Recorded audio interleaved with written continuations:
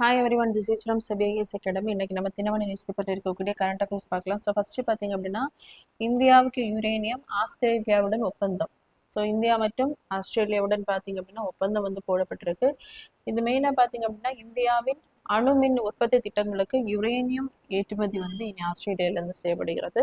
So இந்த வரலாற்று சிறப்புமிக்க ஆக்கப்பூர்வ அணுசக்தி ஒத்துழைப்பு ஒப்பந்தம் பார்த்தீங்க அப்படின்னா இரு நாடுகளுக்கு இடையே போடப்பட்டுள்ளது. இது மட்டும் இல்லாமல் ஆஸ்திரேலியாவின் தேசிய கலைக்கூடம் மற்றும் நியூ சவுத் வேல்ஸ்ல பார்த்தீங்கன்னா இந்தியாவினுடைய அந்த பழங்கால சிலைகள் எல்லாமே அங்கே இருக்கு. ஸோ அதை வந்து இங்கே கொண்டு வருவதற்கான அந்த முயற்சியும் வந்து எடுக்கப்பட்டுள்ளது. ஸோ இதெல்லாம் பார்த்தோம் அப்படின்னா பழங்கால நந்தி கற்சிலை 11 மற்றும் 12ஆம் நூற்றாண்டு, திரிசூலத்துடன் கூடிய பத்திரகாளி வெண்கல சிலை 11ஆம் நூற்றாண்டு, சண்முகர் கற்சிலை 12ஆம் நூற்றாண்டு. ஸோ இந்த சிலைகள் பார்த்தீங்க அப்படின்னா ஆஸ்திரேலியாவிலிருந்து இங்கே கொண்டு வரதற்கான அந்த இதுவும் எடுக்கப்பட்டுள்ளது.